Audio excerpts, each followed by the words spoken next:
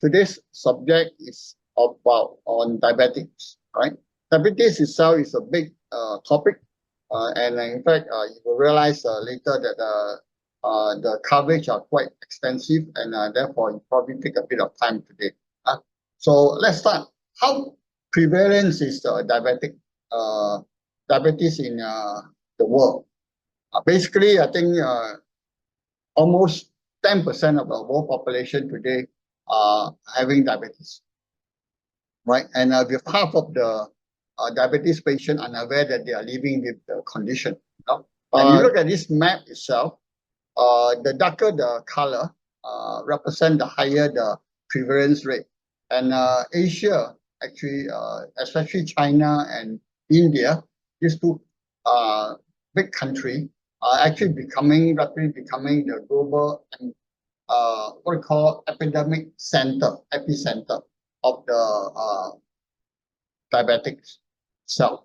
Now, if you look at the Southeast Asia region itself, you will notice that there are countries that are also having the same high intensity, like Malaysia, Indonesia, and basically Thailand.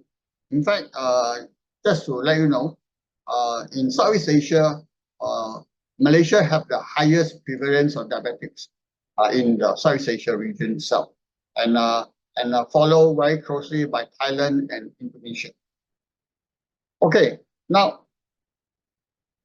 what is diabetics? Diabetes is a condition where the body does not properly process food for use as energy. And what are the types of it? Basically, the diabetic can be broken down into two types. Type 1 diabetics are basically the pancreas, which is organs that are responsible for secreting the hormones. The insulin does not work. So basically, type 1 diabetics are a condition whereby it's usually due to inherit condition. Type 2 diabetics itself is actually what we commonly call the diabetics itself, which account for 90% of the diabetic population. Are the types of diabetics that is actually affected by a lot of factors itself, right? Then there's another subtype of diabetics itself, which is actually it happens when the person is pregnant during a pregnancy itself. This is called gestational diabetes itself, but this is basically a transitional type of conditions, and it occurs in less than 1% of the diabetic population. Okay, now what is type 2 diabetes? It's also called adult onset diabetes itself. It's a chronic disease characterized by high blood sugar and insulin resistance. Basically, our body require glucose as a source of energy, right? And there's a hormone called insulin secreted by our pancreas itself that's responsible to help the sugar that's in our blood, right, get absorbed into the cell in the body for it to be used as energy. And for a diabetic patient, basically, the body doesn't actually respond to the insulin enzyme, and therefore it cannot absorb and take in the sugar and break it down as energy. And this is actually the condition we call insulin resistant itself, right? So as a result, the sugar in the bloodstream doesn't get absorbed into the body itself, and it stay in the bloodstream, and therefore you resulting that you have high blood sugar in your blood. And this is actually what you call the characteristics of actually diabetic patient, which is having high blood sugar. Okay, what are the common symptoms of diabetic patient? Right. First, if your blood is high in sugar, right, sugar level, then the body will try to get rid of the excess sugar by excreting it in the urine, and therefore it leads to very frequent urination or increased urine production. And so one of the symptoms actually is frequent urination, right? Now, as a result of frequent urination, right, your body can lose water and it cause dehydration, right? And as a result, you will trigger your body to actually consume more water, and you actually resulting in excessive thirst. So these two conditions are typical of high blood sugar level, in high sugar level in the blood. Okay. Then because diabetic is a condition whereby your body cannot process the glucose for energy effectively, and therefore you will lack of energy. The patient will most likely feel fatigue, very fatigued. And at the same time, because you cannot use glucose for energy, right? Your brain then will signal the body to increase intake of food to compensate for the lack of energy in the body. And therefore, you will have a symptom of increased hunger. So these are the result of actually the body doesn't process the glucose sugar in the body effectively, right? Then the high sugar in the blood vessel itself also could damage your blood vessel, right? Now, if the blood vessel that's in the eye, then you can actually resulting in blur vision, right? And also, if you have wounds itself, because of the blood vessel is been actually reduced blood flow, damage and reduced blood flow, you also resulting in a slow healing of wounds. So these are very typical common symptoms of people who are suffering from diabetes itself, right? Now, there's another symptom that's quite visible, is that you can see the black patches in the neck and in the armpit itself. These are also symptoms of insulin resistance, which means that even if you do not have the other symptoms I've mentioned, if you have patches in the neck and the armpit itself, it also good for you to go for a checkup, check whether that you are also having pre-diabetic condition. Okay, what are the risk factors there's for diabetic patient? The non-modifiable risk factors are, first one is actually the age, of course.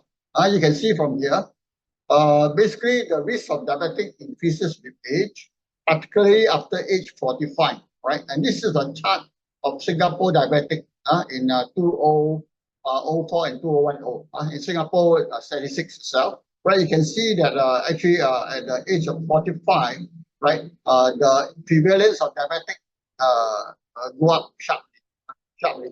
And in terms of gender itself, male actually are more prevalent than the female, right? In terms of ethnicity itself, the Indians and the Malay are actually having higher prevalence rate compared to the Chinese. So therefore, there are factors that we cannot change, but then these factors are the factors that are actually considered relevant for us to take caution. So age is one of the factors. Basically, being male, you are actually having higher risk, right? Being Malay or Indian, you probably have a higher risk compared with Chinese, right? Okay, another non-modifiable risk factors are what we call family history. Now, family history very often refer to same genes. I come from the same family, same genes, but actually it's broader than that. Broader than that in the sense that if you come from the same family itself, you also share very similar environment, behavior, and also a lifestyle. And therefore, you can see from here, this is a study, a chart showing the prevalence of family history among patients with type 2 diabetics across 11 Asian countries. You can see from here.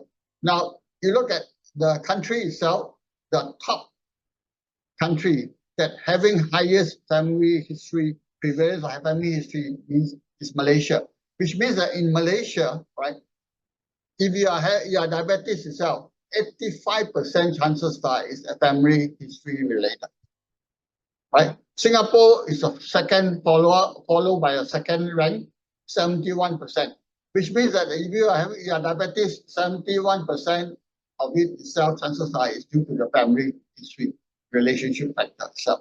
So therefore, if you have a family member that is having a diabetic condition, then it makes sense for you all to also take similar precaution and change your lifestyle to avoid having the same risk factor in diabetic.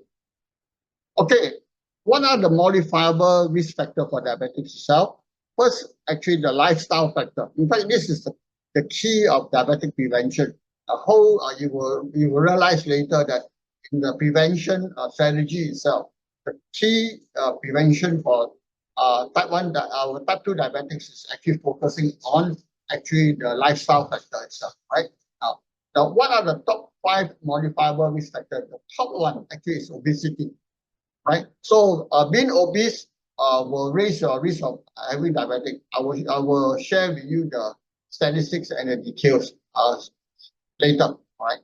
Second factor is physical inactivity.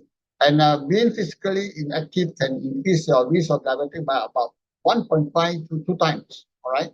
The third is actually unhealthy diet. We all know. So diet high in processed food, sugar, and unhealthy fats can increase the risk by 1.5 to 2 times as well, right? Then followed by smoking, which is easy. I think that in terms of smoking, this factor is easily controlled. If you realize that, you can actually stop smoking, then you won't have a risk. Alcohol consumption.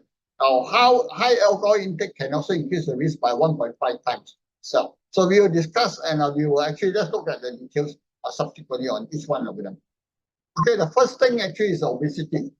Obesity is the major risk factor for type 2 diabetics. So if you look at here, there's a chart showing that the body mass index against the what you call relative risk of having type 2 diabetics. So the women are in the green and the men are in the red, and the BMI are in here. Right, so BMI less than 23 are considered normal. As the BMI increases, it means that your obesity or your overweight increases as well. So you can see that as you increase in your, if your overweight in obesity increases, right, your risk of having type 2 diabetics increases as well. Women being more sensitive to the weight increase, having type 2 diabetic than the men. So unfortunately for women, right, if your weight increase, your risk of having type 2 diabetic are higher than the men. In fact, much higher. You can see from here that if you are obese at a rate of BMI of 31, right, the man risk factor is only 11%, whereas the woman had increased up to 40%. So therefore, for women, the weight is more important factor to control diabetic or prevent diabetic. So what are the cause of obesity? Since we are talking about one of the major risk factors of diabetic. So if we can control obesity, we can indirectly control the diabetic risk itself, right? So let's talk about obesity. Obesity is a complex multifactorial condition, right? So exact causes can vary from person to person, but we can actually generalize by classify them into a few major factors. First, obviously, is the overeating and poor diet. It's a diet that causes obesity. So that's one, right? A diet that is actually high calorie, low nutrients food. Obviously, we know all this can contribute to overweight or obesity. Another one is actually the sedentary lifestyle, which means a lack of physical activities itself. And we all know, if you are sedative and you do not exercise, obviously you can contribute to your obesity. The third is actually genetic, right? Family history. It tends to run, obesity tends to run in family. So there is a genetic component to the condition. This is something that you really can't change much, right? So we won't discuss that in a much detail. Then there are medical conditions that can contribute to obesity, right? Like hypothyroidism, people who are actually having underactive thyroid hormones, Cushing syndrome, and all these conditions can contribute to actually obesity. That means that the people who are suffering from hypothyroidism itself, you can get fat, you can get fat, and it's not really due to your diet, it could not, and not necessarily due to your lifestyle, but it could be due to your hormone factor itself, right? Then, of course, medication. Some medication like antidepressant and steroids can also lead to weight gain as a side effect. So as particularly the steroid side, a lot of us, if you're taking steroid, right, itself, then one of the known side effects is that actually it can increase your weight. So we all know. Okay, So let's talk about the second modifiable risk factor, which is physical activities. We all know that a higher level of physical activities was associated with lower incidence of type 2 diabetics. Let's look at some of the statistics of charts here. You can see here that there is a chart that measure the relative risk of type 2 diabetics against the degree of intensity of physical activities itself. We call it physical activities in here, we call it metabolic equivalent of tasks. So you can see from here, right, a typical what we call cycling session will have a 6 unit of MET, metabolic equivalent of tasks. Whereas if you say that if you are having aerobic exercise itself, right, you are probably having about 8 or 9 metabolic equivalent of tasks. So basically, this chart was charting based on the number of the intensity of physical activities per week. Per week. As your physical activities per week increases itself, right, your risk of type 2 diabetics actually drop. So I give you some numbers in here. Like walking for 3 hours per week itself, you have a 35% relatively drop in the risk of contracting type 2 diabetics. If you are walking for 7 hours a week itself, you have more than 50% lower chance of lower risk of contracting diabetics. So therefore, it's very clear that actually one of the key factor is actually physical activities, and therefore if you are doing exercise for about 3 hours a week walking, right, your risk of diabetics actually can be reduced by at least 1/3. So, okay, now another way to look at how physical activities impact that itself is that this is a chart showing that the mortality rate by different category of person, right? So if you see from here, they compare men, women, individual, younger people, older people, people with hypertension, people with diabetic, people with smoker and obese and all that. So and compare with the exercise, the effect of exercise and how effective it is in lowering the mortality. So and you will notice that among all the category, right, diabetic patient benefits the most, because that means that being exercise, diabetic patient, if you exercise, your effectiveness of exercise in reducing your mortality is the highest among all other categories itself. So therefore, if you look at it itself, in fact, if you look compare with hypertensive patient, compare with obese patient, right? Compare with people we have a chronic kidney disease, right, and high cholesterol itself. Diabetic patient benefit the most in terms of mortality as well as lifespan itself, right? So therefore, exercise is actually very important factors for diabetic prevention. Okay, look at the diet. The third factor obviously is diet. We all talk about a healthy diet. So what are the food that is not suitable for diabetic patient, and what are the food that's suitable for diabetic patient? So look at some statistics and chart itself. First, those that is in the red are the food that actually have increased the risk of diabetic itself, right? Of course, we know sugary sweet drinks, all right? You know, it increase the risk itself. You can see from this bar. Red meat also increase, and processed meat also increase, and refined grains, all right? That means that the white bread and things like that also increase. So these are the red one that diabetic patients should avoid. Now, I want to point to you that when you look at this chart itself, right, a lot of us, when we talk about diabetes, we say, oh, sugar, right, is very important. Other than that, the others may be not so important and not so critical. Wow, if you look at this data, the reverse is true. That means that it is sugar alone, the risk of diabetic increase actually is on this chart. But if you look at it, the red meat itself, the increase is in fact much more higher, faster. And processed meat itself, the increase is also higher. So therefore, just to say, all right, it's actually not the sugar alone that is actually most critical for diabetic patient control. Your red meat, processed meat, and the sugar are having the equal risk factor on that. In fact, on the other hand, the refined grains, the risks are much lower. So a lot of people say, oh, sugar, and then you don't take refined grains, that means the white flour, all that. If I compare with the four itself, actually refined grain have the lowest risk increase compared with the sugary drink, red meats, and processed meat. Okay? All right, so let's look at the beneficial food, right? Of course, in here you can see that the reduction in the risk are in the whole grains, the fruits, and the vegetable. Of course, we know. So that I think that I will leave it you all to absorb it, and basically from a diet side, what to take, what to avoid. Okay, now the fourth risk factor that is modifiable one actually is smoking and air pollution.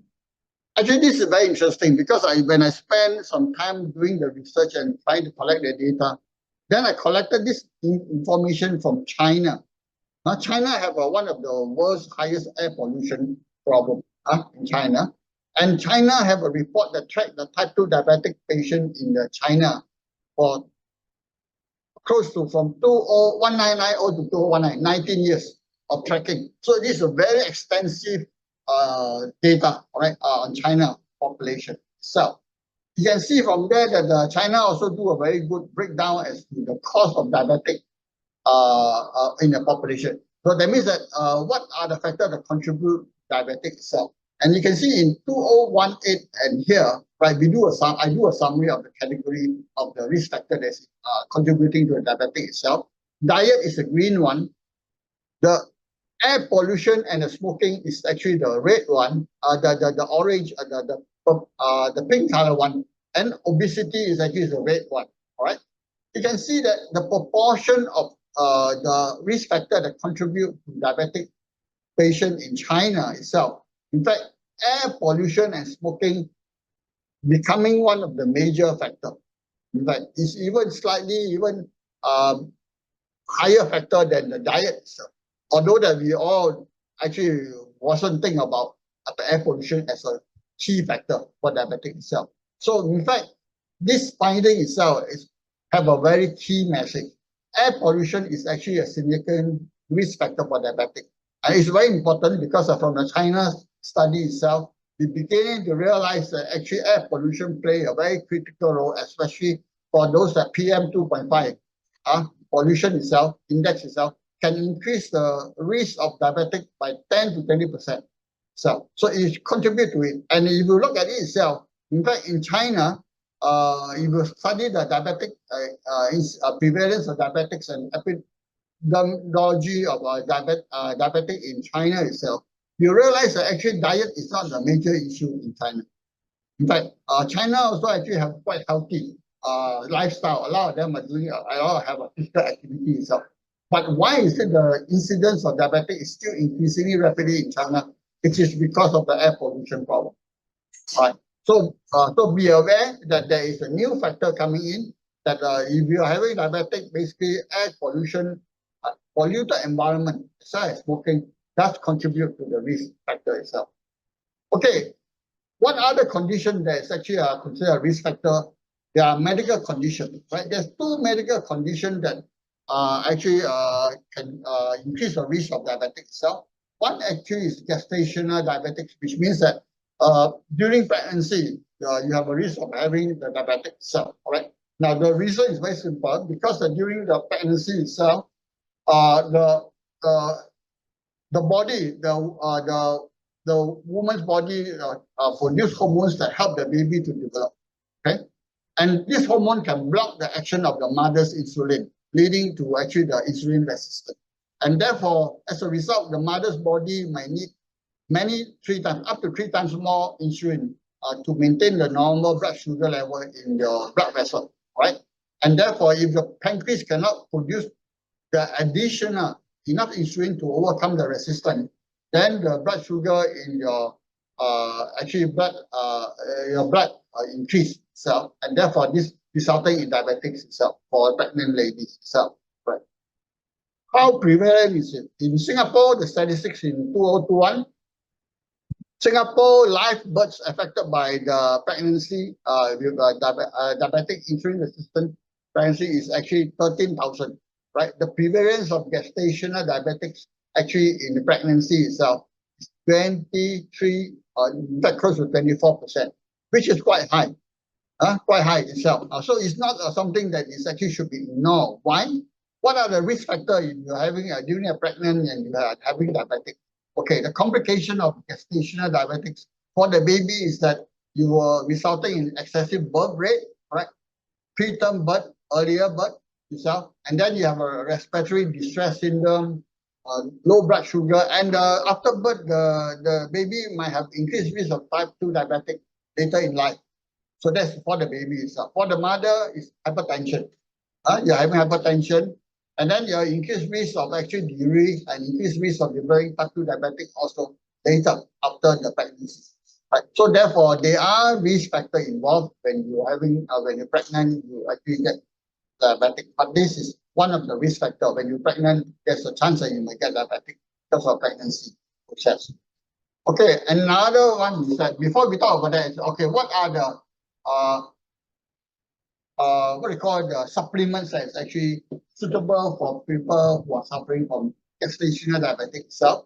Now, in this case, actually probiotics stand out very well because probiotic actually is being used extensively for women that is having the GDM, gestational diabetic itself, to use as a supplementation for prevention and for the treatment of GDM itself, right? So there are extensive study. This is a study on meta-analysis of itself. Latest one, in fact, one or two or two, three meta-analysis, which actually have said that the probiotic control glucose and lipid metabolism in pregnant women with GDM itself, right? So another one, there's also a systemic review and meta-analysis on the 2019, also state that probiotic is able to reduce the risk of newborns, hyperbilirubinemia, and improve glycemic control, blood lipids profile in pregnant women with GDM. So obviously, these are evidence to show that probiotic is useful for women during pregnancy if they are suffering from GDM. Okay, what are the other medical condition that is a risk factor? This is a condition we call PCOS, polycyclic ovary syndrome. So most common is a most common endocrine disorder in women during the reproductive age itself. Right, very common. Very common. You can see that that is a normal ovary. This is an ovary that's with cysts. Yeah, and therefore you call it polycystic ovary syndrome. So in here itself, what are the risks itself? Women with PCOS have a 2 to 3 times higher risk of developing diabetic. So therefore, they are very closely correlated in terms of the incidence itself. So in how to deal with PCOS and reduce the risk of PCOS related diabetic itself, I think one of the key factors is maintaining a healthy weight is a key factor in there. So therefore, here I have a few what they call supplement or diets recommendation for people who are suffering from PCOS to reduce the risk. One is actually the keto diet. There's a study indicating that the keto diet may be considered as a valuable non-pharmacological treatment for PCOS itself. So, but having said that, all right, I must say that keto diet is actually a diet with a very low carbo, and so far most of the study are actually not long term. That means that they are actually at most up to a year. The results are good, right? But then do not. There is a risk factor involved that for long term, if you're continuously taking a keto diet over more than a year, then the risk factors are unknown. So I want to be cautioned. While keto diet is known to be actually able to effective for some actually to actually treatment for PCOS treatment, but then don't jump into it and then blindly take it for long term as well. Now another supplementation that's useful for PCOS person actually is probiotic. So probiotic administration is effective and safe intervention for modifying the insulin resistant and lipid profile for people who are suffering from diabetic PCOS condition. And also a product, actually herbs called garlic. Garlic supplementation also is been, there's a study on it showing the garlic is also effective. So these are things that are for people who are suffering from PCOS you can actually benefit from taking this supplementation. Okay, now diabetic itself, the detection, how to diagnose, and actually, very simple, we go for a blood test, all right, we all know. And basically, the blood test itself, you have based on three criteria, glucose criteria. First is the fasting plasma glucose. The other one is HbA1c, in short, we call it A1c, right? And then the third actually criteria is oral glucose tolerance test, OGTT itself, right? So you can see from here, I think the chart is here, right? If your, let's say I take A1c itself, if your A1c is below 5.6%, you are considered healthy, you don't have a problem, normal, right? But if your A1c is between 5.7 to 6.4, then you are considered pre-diabetic itself, right? And then if your A1c is above 6.5, then you are considered as a diabetic itself. Of course, there are other reference like fasting glucose and oral fluorescence test itself as a marker. These are numbers for your own reference. Okay, so there are ways to determine whether you're diabetic or not, and based on this condition, the treatment options will differ. Okay, now what are the current treatment practice? Right, if you go and see a doctor, first thing obviously doctor is going to do a blood test, right? Diagnose you, and based on the blood test result, the first thing you do is that if you are pre-diabetic or you are diabetic itself, the first thing the doctor will advise you is actually ask you to change your food, your lifestyle, a diet, and control this and control that. All right, not too much sugar, not too much of fat, and cut down on the carbo and so on. Right, and then exercise. These are the standard thing. Then, if you are diagnosed with diabetic itself, then the doctor will give you the medicine. Right, so one of the first line medicine actually is the metformin as a monotherapy. Right, so this is actually the preferred choice to start monotherapy preferred choice for diabetic patient itself. So metformin is a first line medication that already start with. Now, where metformin alone doesn't actually control your diabetic itself, and the diabetic condition are more serious, then we follow by a combination therapy, whereby when your body is already having insulin resistance and basically insulin secretion going down, and therefore you will have oral hypoglycemic agent plus injectable medication, also plus insulin injection as well. So at the later stage, right, when you are diabetic at the later stage itself, very often the doctor will have a combination therapy, right? Basically oral drugs with insulin itself, right? Then patients who are actually under this combination therapy itself are required to monitor the blood sugar. That's important, those who are suffering from diabetes, right? And you have to start counting your carbo, your fats, and your protein in your food. You have to manage your food. You have to be careful about that.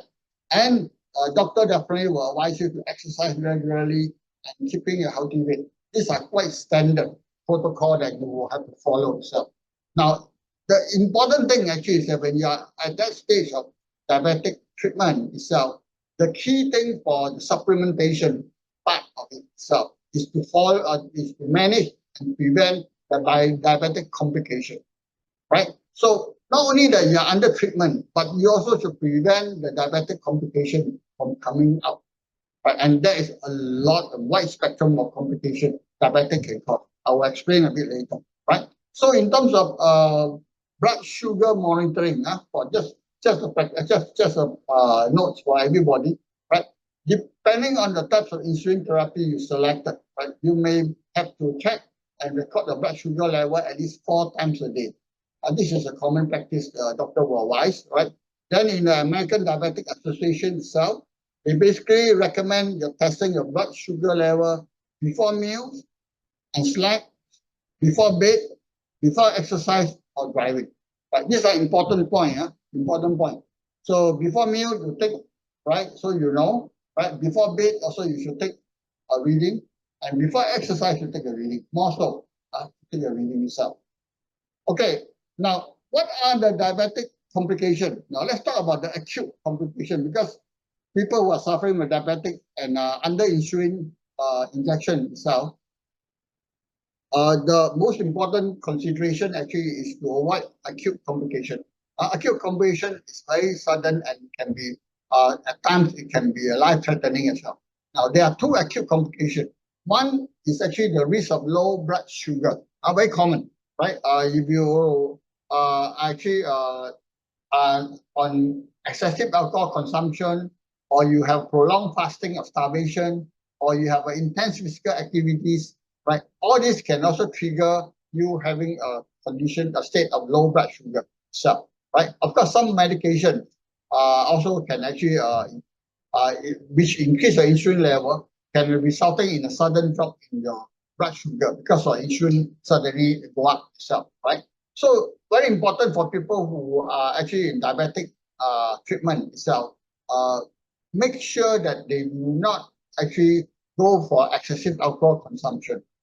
Do not go for prolonged fasting or starvation, and do not go for intense physical activities, because these are the conditions that can trigger the body's sudden consumption of surge of blood sugar consumption for the energy needs itself, and therefore resulting in your sudden drop of blood sugar, which can be dangerous.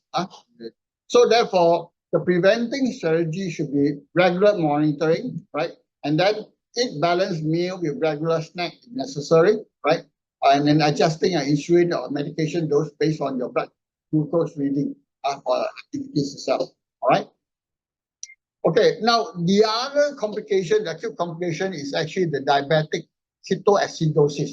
This is actually a medical emergency, and this is actually most of the diabetic acute emergency death itself. And for people who are under insulin treatment itself, it is very important to able to recognize this condition to avoid that. So diabetic ketoacidosis, in short, we call DKA, is a medical emergency, right?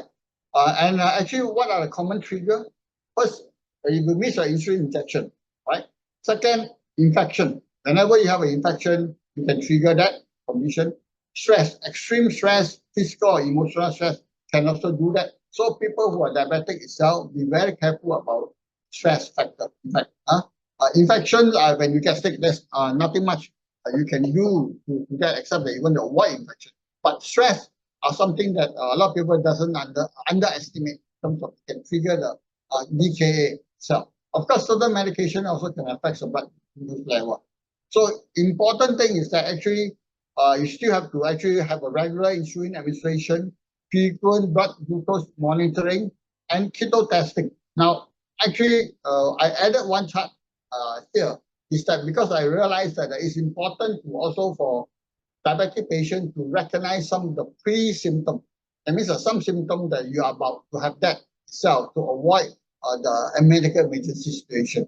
Now, what are the DKA symptoms itself? Early sign of it itself is actually feeling very thirsty, right? Very typical of diabetic condition symptom. Urination often is a diabetic symptoms, all right?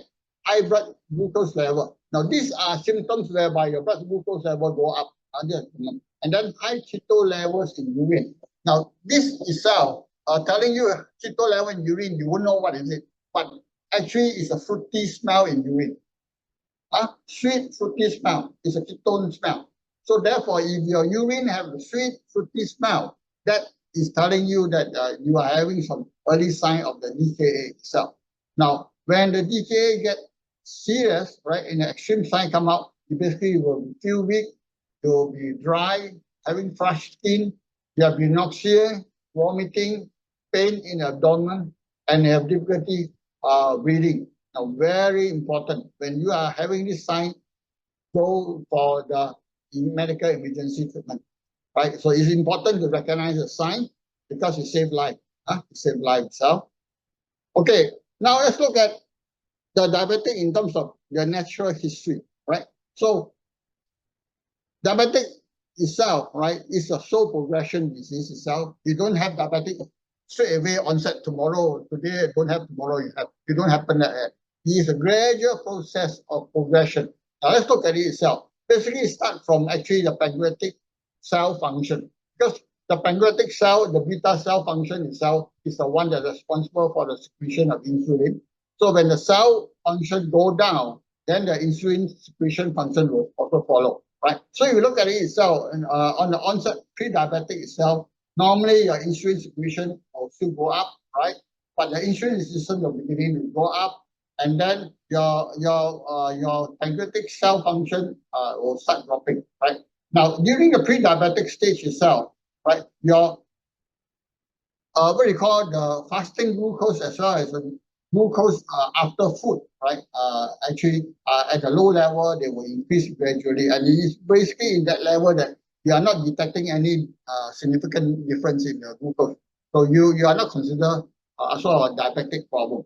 But from the perspective of actually the diabetic patient itself, generally the weight gain is the first sign of precondition, followed by your dyslipidemia, which means that a lipid disorder condition, followed by hypertension. Usually, these are the natural progression of signs that you will probably be aware, although that you might not actually detect any differences in the blood sugar level yet, right? So therefore, weight gain and you're finding you have a high cholesterol level, then followed by having hypertension, are signs that you are actually having a risk of actually having diabetic already. All right. So let's look at it itself. Right. What are the complications? Right. Most of the complications start with the macrovascular complication, which means that the big blood vessel complication starts. Then followed by as you progress, your diabetic progresses right to more serious stages itself. Then the microvascular complication will surface, which means that the small blood vessel complication will come up. Let's look at the complication part. And the whole idea of sharing with you this chart first is to prepare you for what is to come, because you can see from there that the complication is very extensive, and you actually cut across a wide spectrum of conditions. Okay, now what are the prevalence of complications itself? Let's look at this chart itself, right? The diabetic related complications are very, very wide ranging. You can see from here that microvascular complications are the chronic kidney disease, because this affects the kidney blood vessel, the foot problem, which is actually affecting the nerve due to the nerve damage itself, the eye damage itself, right? Because the eye blood vessel. These are the microvascular complications, right? We'll talk about this shortly, right? Then the big blood vessel complications are the heart attack, chest pain, coronary heart diseases, congestive heart failure, and stroke. These are the ones that actually kill. So if you look at it, actually these are the ones that doesn't kill, right? But these are the ones that actually kill. The microvascular complications are the ones that kill. And later you will realize that actually most of the diabetic deaths are due to this complication. So, okay, let's look at the microvascular disease, which means that complication that resulting from the small blood vessel itself. You can see from here, this chart itself, right? This is a measure of your A1C, our glucose level, blood glucose level. As a diabetic condition progress itself, right? You'll see that the retinopathy, which is the eye complication of the eye, right, itself, the risk go up the highest and the steepest. That means that it is the eye that gets affected first, right, as your diabetic condition progress, followed by your kidney condition. That means the kidney will be affected next, followed by the nerve itself, right? So these are the three very common microvascular disease complication of diabetic patient as you progress. Right, let's look at each one of them in detail. Okay, the eye retinopathy, which is actually the blood vessel in the retina become damaged by a high blood sugar, blocking the blood flow to the retina and lead to bleeding into the retina itself. You can see from here, this chart itself, there's two types of retinopathy. One is diabetic the retinopathy, which is the blue one, and then a macular edema, which is also actually a condition caused by the diabetic condition itself, right? And as the diabetic duration increases itself, the risk prevalence rate go up. Now, this is actually relatively short. That means that if you are having a diabetic condition for 2 years, right, you are having a prevalence rate of 16% of people, diabetic patient having the retinopathy already, right? So it tells you that actually your eye is the first one to be affected by the diabetic complication.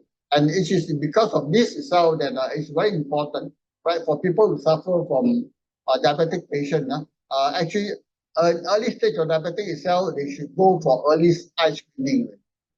You should not wait till until a later stage whereby the eye really cannot have a big problem. Right. So early stage, as early as possible, you should go for eye screening to prevent the complication of the retinopathy itself. Right. So what are the natural options for diabetic retinopathy? This is for the eye, supplement that good for eye. Carotenoid. Carotenoid basically is a very class of actually what they call compound that cover a lot. Among them, I think the Atomy side would have the product called lutein, azoxantin, and all that. So those are under the carotenoid. So these are known supplement that is actually beneficial for the eye itself. And people who suffer or have a risk of this itself actually can take this supplementation. Okay, the other microvascular complication is the nephropathy, which is actually the kidney damage, kidney disease problem. So this chart itself, right, let me share with you. This chart is talking about the comparison of proportion of end-stage renal disease patient with diabetic. So this is basically that people who are suffering from end-stage kidney disease already, right, and how many percentage of them have is a diabetic patient, right? So you look at this comparison of countries itself, Malaysia, right, is the one that stands the highest, whereby that means more than 50% of the end-stage renal disease patients are diabetic patients. So show you a strong correlation between kidney disease and diabetic patient. Because diabetic patient actually, because diabetic is a major cause of chronic kidney disease. I'll show you another chart. You can see from here. Chronic kidney disease itself, right? What are the major cause of chronic kidney disease? Diabetic account for 44% of the cause, right? 29% is due to hypertension. So therefore, you look at it itself, the major risk factor for chronic kidney disease actually is diabetic itself. So you really don't look at diabetic as a disease itself, but actually the diabetic problem itself expand beyond just diabetic. You go into kidney now. Most of the diabetic patients will have kidney problem. Most of the kidney disease patients will have diabetic problem, right? So what are the TCM options for diabetic? The kidney for the kidney. What are the good herbs that I will recommend? Right. So I think the astragalus Angqi is one of the famous herbs that has been commonly used for people who have diabetic problem. So I just put it as a recommendation for you all to see as a reference. Okay. Now another chart here, I show you that is talking about the complication of the nerve, right? Diabetic patients actually the high blood sugar will affect your nerve problem, and we call it diabetic neuropathy itself, right? So the nerve damage actually is a very common complication of diabetic patients.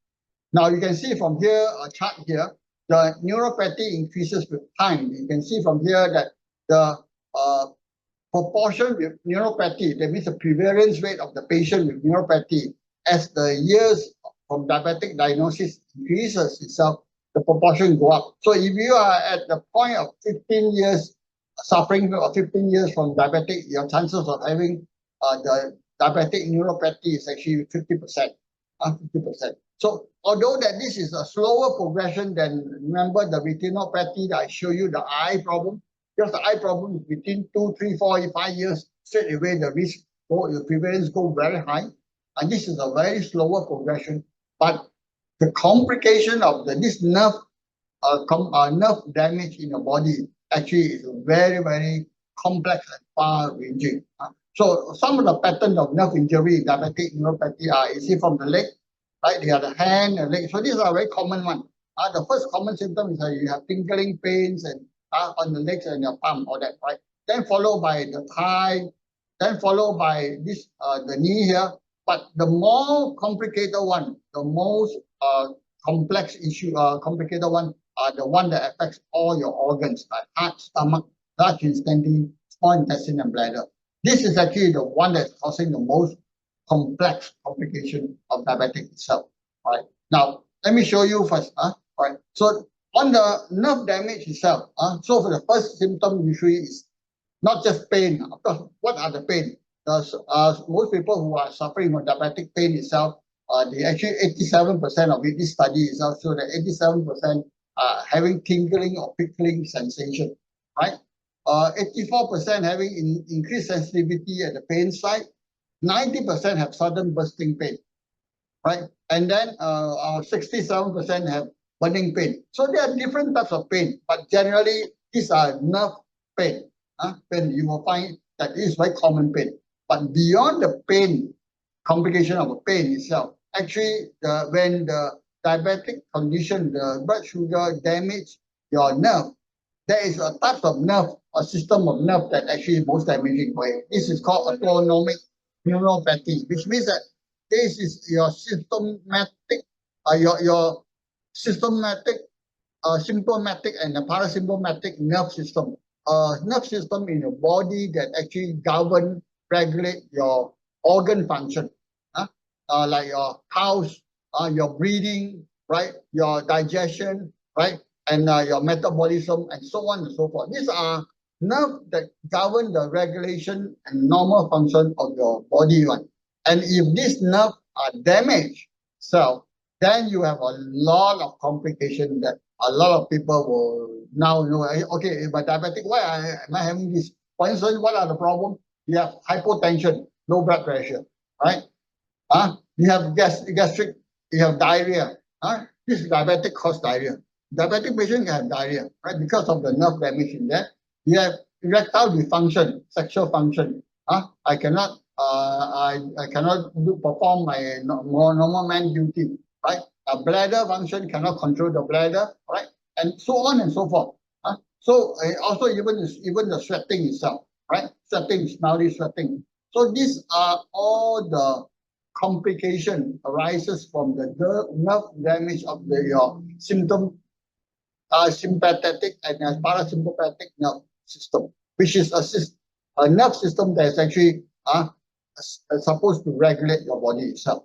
Now, what are the options actually for people who are suffering from nerve damage or neuropathy itself, right? Some of the well-known supplementation that is known to be helpful are the ALA, alpha lipoic acid itself, right? So, and also another one is acetyl L-carnitine. These two are the well-studied known compounds that have shown some clinical benefits for people who are suffering from nerve damage itself. You can take this compound for supplementation as support.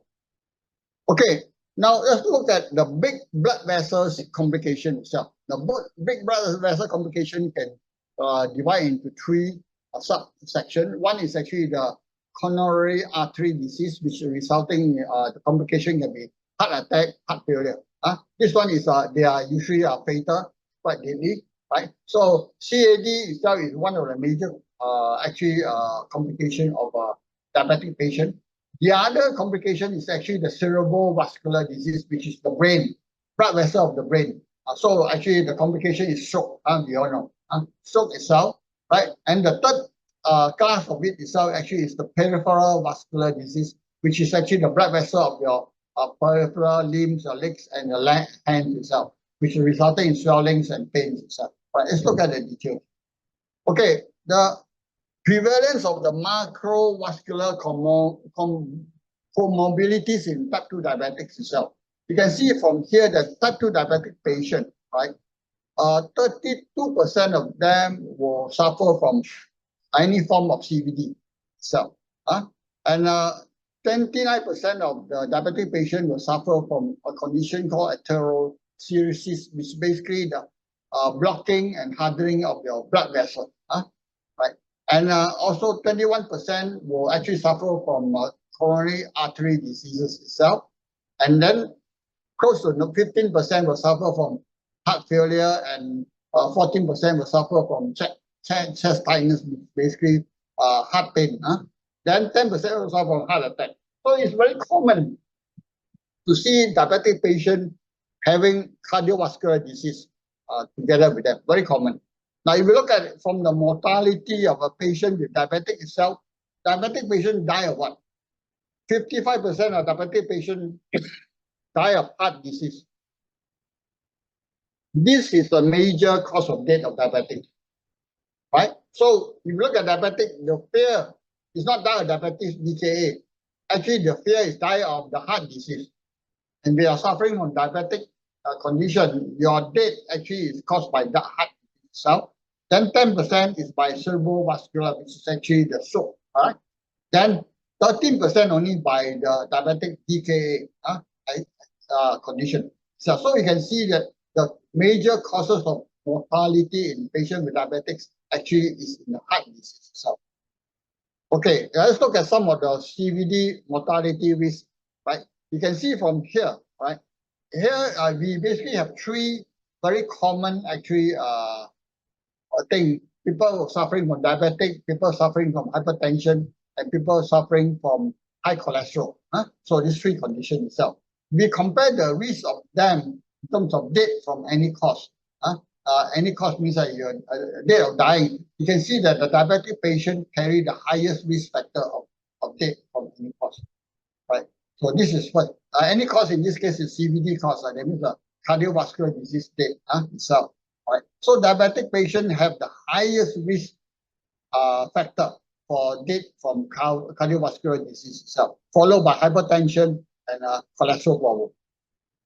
Now, in here, you look at the heart failure risk itself. And in here also, you can see that the ratio, the hazard ratio of heart failure, diabetic patients also are the highest, have the highest risk ratio for heart failure.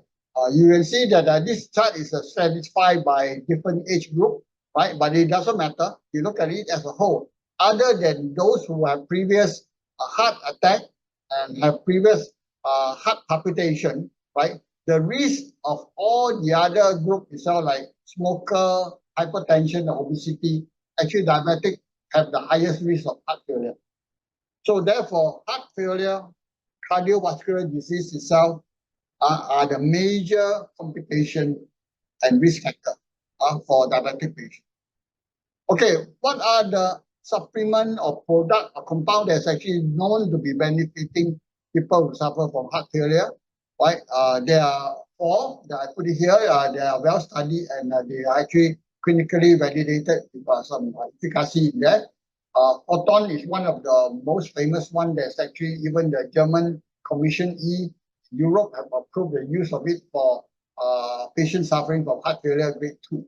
Yeah, so this is photon extract is one of the standard supplementation that can be used and recommended by even Europe EU side.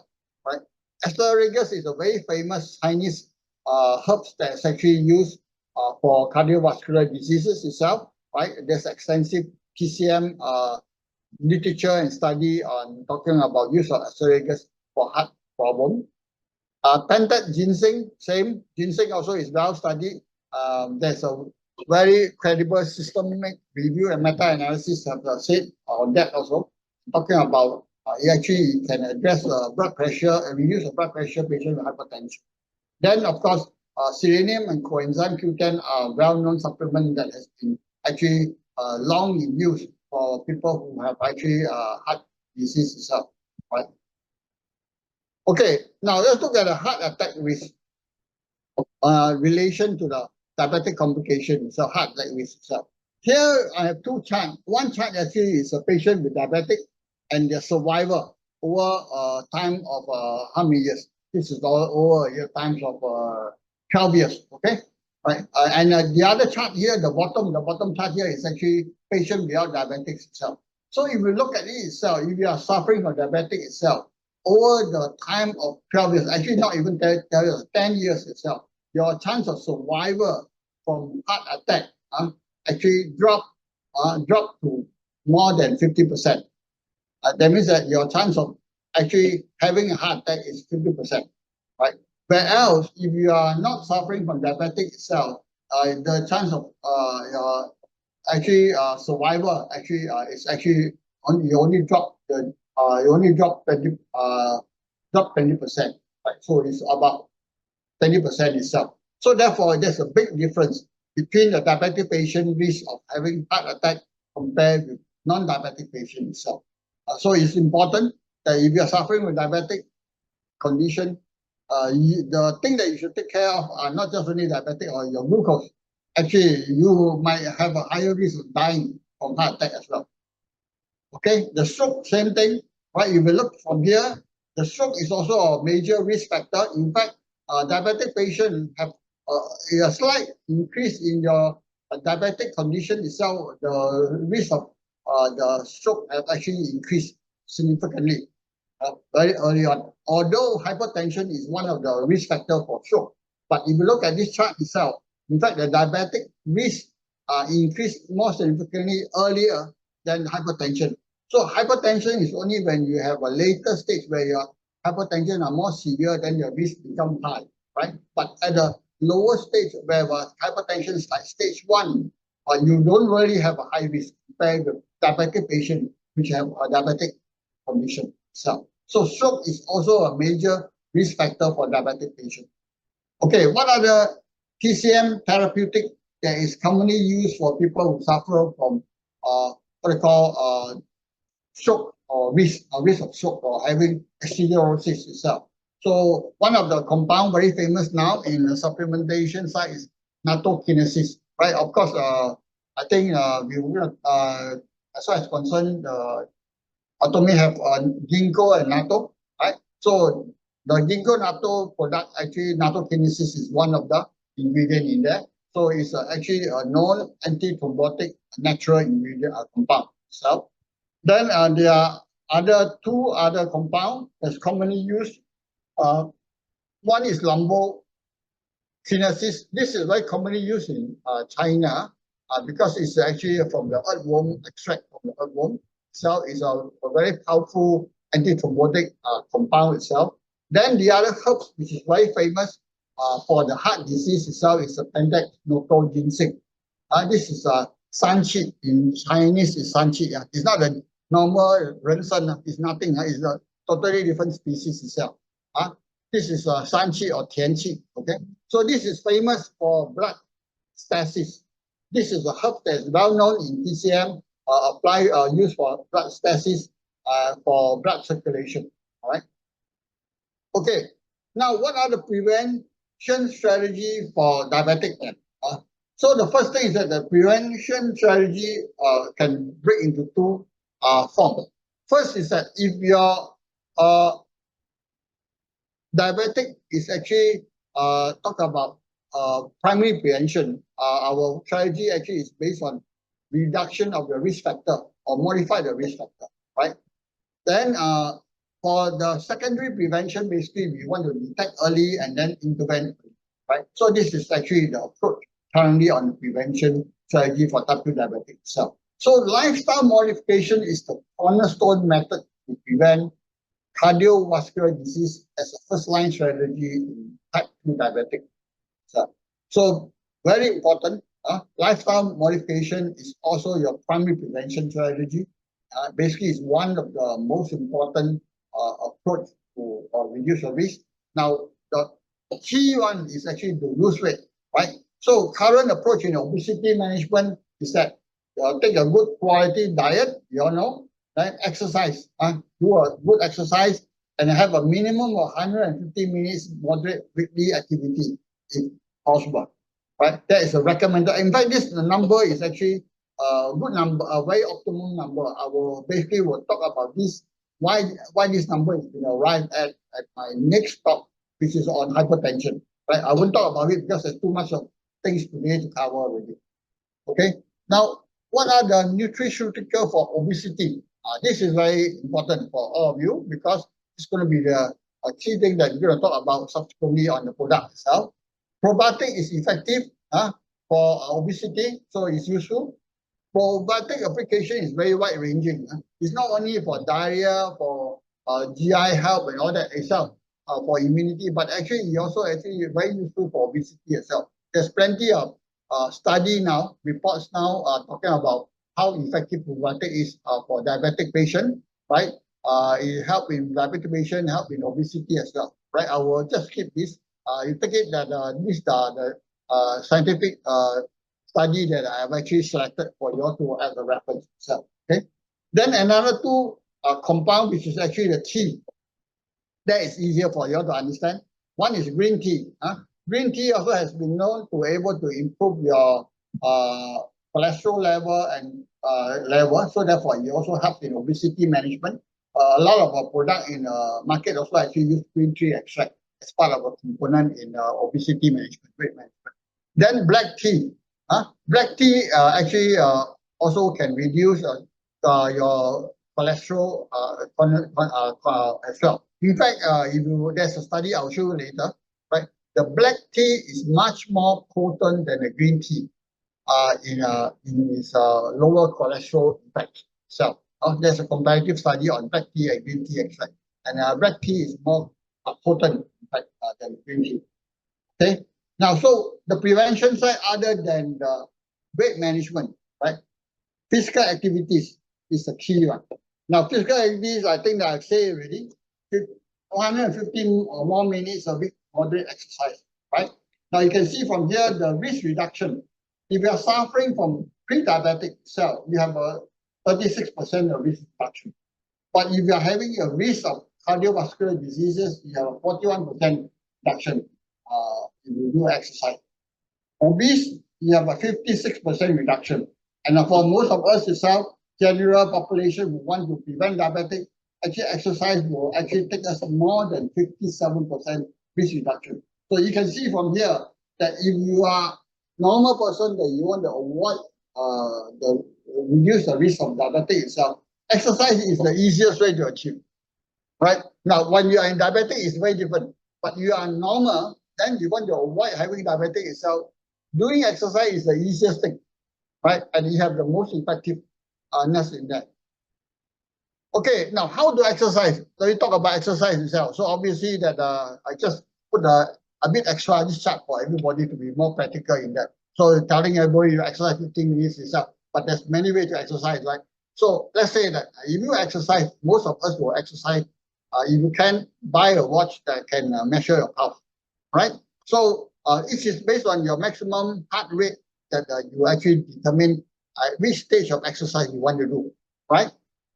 So based on your maximum heart rate as a reference itself, right? Different exercise level, different pulse level will have a different benefits you have. So if you're concerned, if you want to have a low intensity fat burning exercise, right? You need to actually achieve a heart rate actually at a 60 to 70% level. Your pulse rate, when you exercise, your pulse rate reach a 70% level will be good enough for you to actually do a fat burning, right? But you want to do a cardio exercise itself, then it makes sense for you to actually increase the exercise level to 70 to 80%, right? So if you want to do a high intensity build performance, then your exercise can go beyond 80%. But generally, exercise should not be higher than 80% because if you hit 100%, you are likely to have a risk of actually having heart attack over exercise itself. So therefore, it's important when we exercise, although that we are encouraging every exercise, you do actually manage your exercise rate, right? Exercise according to your heart rate and reach your optimum heart rate. Keep that will be the best safe exercise for you. Okay, right. So the last one I will talk about is diabetic is on the diet, right? So you talk about all types of things. I already mentioned that what are the food that you should avoid, what are the food you can take. But let's go to the practical level, right? There is a very good, extensive umbrella meta-analysis of all the what they call the diets that is used for weight management as well as adult with type 2 diabetic. So we want to be practical. So you say that we can talk about a lot of diet, then which diet really in practice have evidence to show that it is beneficial. So in here, I summarize it for all of you, right? Now, there are 4 categories of diet program here. And then the remission rate is shown in here, right? In here. And then the level of evidence means that based on their analysis and study and all that itself, you actually classify them whether it's high-grade evidence, moderate, or low-grade evidence. So that is because if a low-grade evidence means that doesn't mean the data is not valid, but the data might have a lot of bias in it, right? So therefore, the credibility of it are not that high compared with the one with high-grade evidence. That's all, right? But nevertheless, right, you can see from here, right, diet program with total diet replacement have the highest remission rate at 12 months, 54%. That means that 54% achieve the target, right? So this is a very effective program. What do you mean by the total diet replacement? Basically, the total diet replacement means that, do you know, Atomy, we have what we call the meal replacement protein, right? Drink, right? Now, in this case, all your 3-meal diet is replaced by the meal replacement. So basically, total diet replacement. This is what we call, right? Now, meal replacement are partial meal replacement. That means that there are some meal they are replaced, some meal are not. So the remission rate are not that effective, because you are keeping your own diet a bit. Maybe that diet is the one that contributing factor, right? But if you are totally cut off of your diet and then use a meal replacement, the remission rate is very good. Now, on one thing that's very interesting is actually you can see from this one, the red one here, right? Low carbo diet, or you call keto diet. Actually, they show very good high remission rate, very high remission rate, but 70% remission. But because the evidence credibility level evidence are very low, and therefore we don't really put a lot of emphasis in terms of how reliable is this information itself. But nevertheless, right, I think that there are studies that show that keto diet can be very effective. You can achieve up to even 70% remission rate in 12 months. So, right? So I think it will be a grain of salt, but then this basically serve for people who are interested in what are diet I should go, right? There are a few diets you can do. You can do a meal replacement diet approach, or you can go for a low carbo diet or keto diet. Generally, they are already proven that they have some degree of effectiveness in it. Okay, now what are the compound that's for diabetic management, right? So if you are saying if you're diabetic, you're under treatment and you're taking medication, right, but your diabetic condition is still not improving, is there any natural compound that can use as an adjuvant itself? Now, I list here 5 credible compound that is actually all of them are actually systemic review and meta-analysis. So based on systemic review meta-analysis. So all of them are considered quite credible. And I also list their efficacy, which means that how effective is them in reducing the fasting blood glucose and the A1C. Based on the study itself, I published their numbers that they have actually come up. So among them, the top one, the compound that's very effective is berberine. Now, berberine is also used as a standard TCM medication. It's also a TCM medication. So it's actually as a replacement for people who are having metformin resistance. So, if people who cannot take metformin, berberine actually can be used as a replacement for it. And actually, berberine have the highest fasting blood glucose reduction compared with all the other 4 compounds. So you can see that you have an average of 17% reduction across the study itself, right? So other than that, Pentax ginseng, which is the ginseng, right? Alpha lipoic acid, bitter melon, which we will talk about a product on bitter melon today, and Gynemia sylvestre. This is actually a very common Indian herb itself. So basically, they are in the same range, about 10% fasting blood glucose reduction, right? Based on the study itself. So they are okay. They are still considered effective itself, right? So these are the 5 compounds that have proven clinically effective in helping people with diabetic management.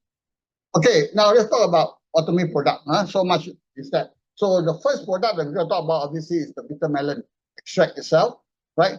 Now, what are the key features of Atomy bitter melon? Right. First is actually is a high concentration standardized extract. That's very different. Atomy has been actually very unique in the sense that a lot of our product itself, they are actually standardized extract. What it means? It means that if you are standardized extract, your active ingredient is standardized, consistent, right? Then you can actually apply like a medicine because the active ingredient amount is actually defined, well defined. Then you know exactly how to take and what to take and how long to take itself, right? So in here, the high concentration refer to 320 kg of the natural bitter melon. They extracted it into 1 kg of peptide extract. That is a very, very high concentration extract. So it's potent enough if you based on this concentration ratio or extraction ratio itself, right? Then also on this Atomy bitter melon itself, there is a study. There's a study report that's on this particular formulation itself. So therefore, actually, we can say that it's actually scientifically verified as an anti-diabetic supplement because there's a study that backing it up itself, right? So in this case, taking 600 mg of bitter melon extract, in this case, is actually 2 tablets, two capsules, I suppose, right? Itself, but before lunch, and can significantly improve the blood sugar of diabetic patient. So this study is that. Also, I wouldn't go into it and deal with that. But the dosage is 1 capsule twice daily. So basically, this is actually 1 capsule twice daily dosage itself. Okay. Now, for bitter melon, what are the applications? Right. We know it can be used for pre-diabetic, for people who are diabetic, and people suffering from metabolic syndrome. Metabolic syndrome are basically diabetic patients with either hypertension or with actually what we call high triglyceride, high lipidemia. These are actually general comorbidity of diabetic patients itself. So all this itself basically you can take 1 capsule once or twice per day. For diabetic, the standard dosage is twice per day, right? Now, precaution, right? Who are not advisable to take: pregnant women, children under the age of 12, people with digestive problem, right? And people with liver and kidney diseases itself.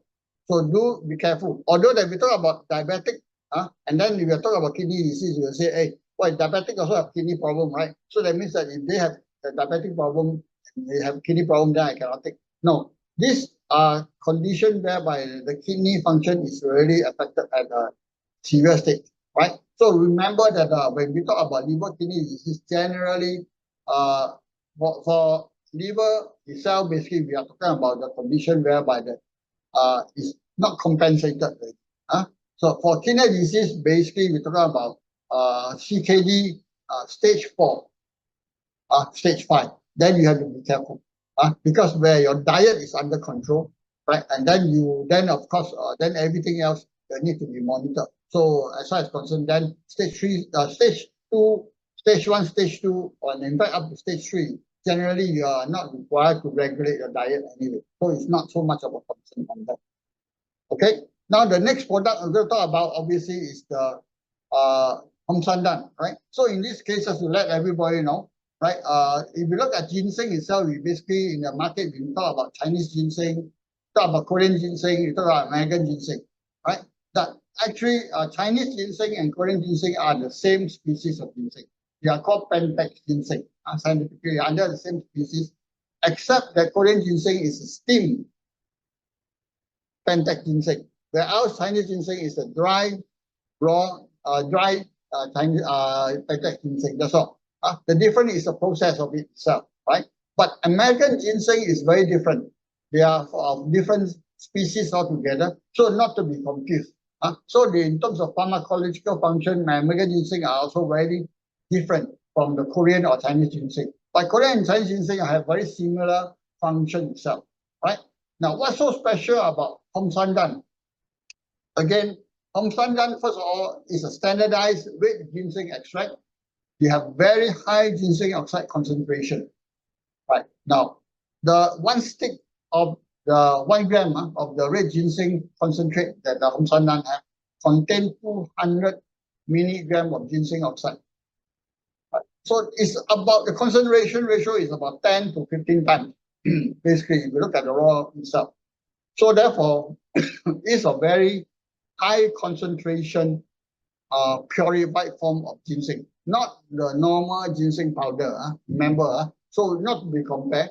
And also just to remind everyone, I think a lot of you already know, in Singapore, Homsandan is actually registered in Singapore as a medicine. It's not a supplement, so it is a medicinal product itself.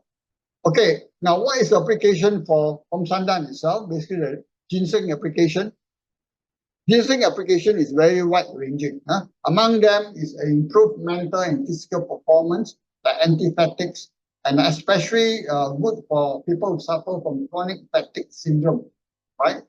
Then it's also very good for people who's having central nervous system problem like cerebral insufficiency, impaired memory, dementia, Alzheimer's disease itself, right?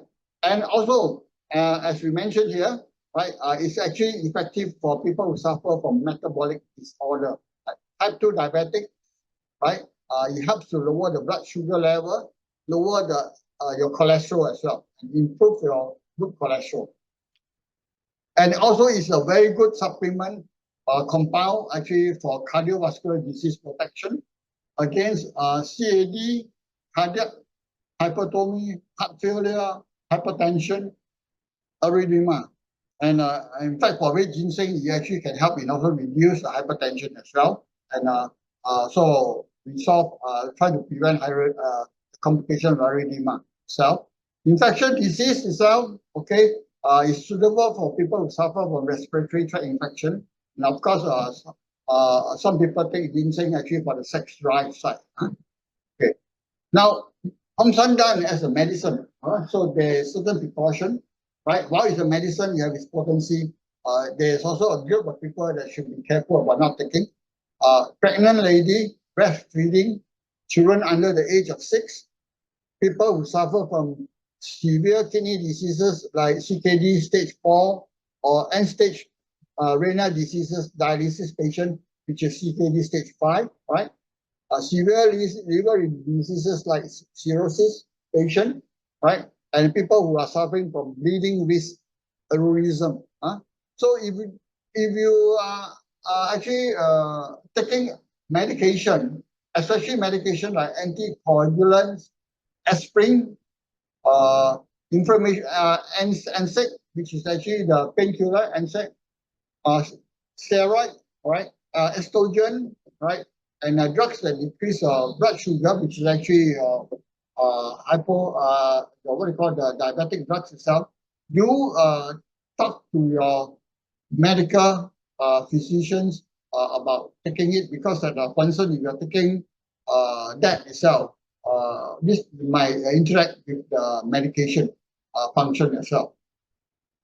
Okay, now a new thing that I want to talk about is actually the sea buckthorn. Sea buckthorn actually, I promised actually, I promised Wendy, I think. Let me see.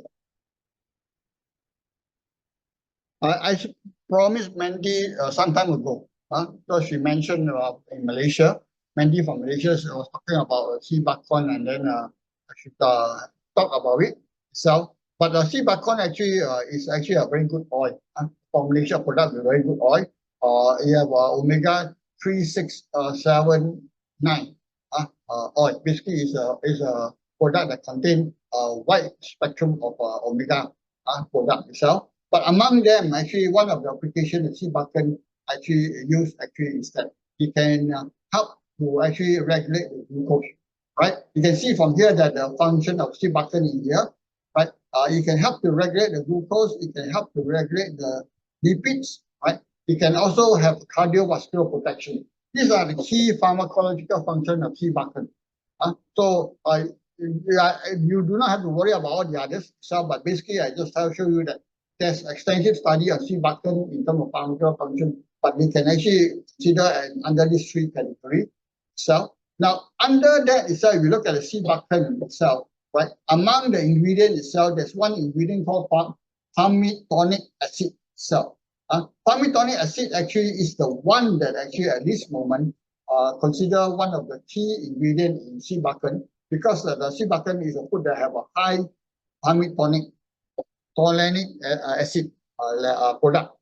And then in there, you can see from there that actually there's a study showing that the palmitonic acid has hormone-like property and improves some metabolic parameters that are impaired in obesity and type 2 diabetes itself.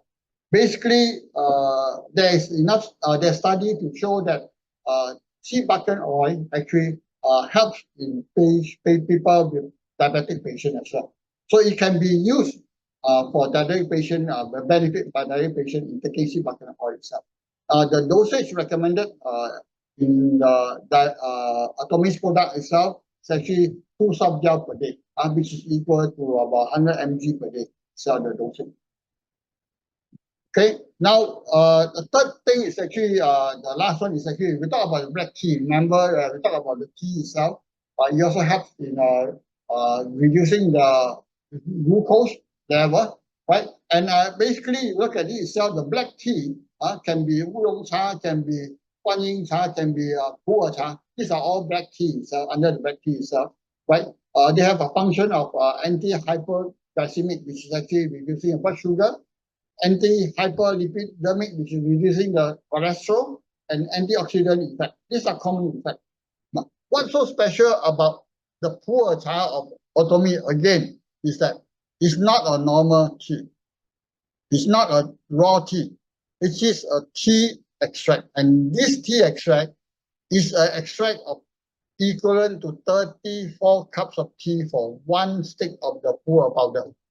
So this is a very high concentration standardized extract product again, right? So that's why I say that the one thing that's unique about Atomy is that they produce product that's actually in a pharmaceutical form, right? And again, you cannot compare Atomy's 1 cup of pu'er cha actually with a normal green tea or any tea or pu'er cha, right? Because it's equal to 34 cups in terms of the active ingredient itself.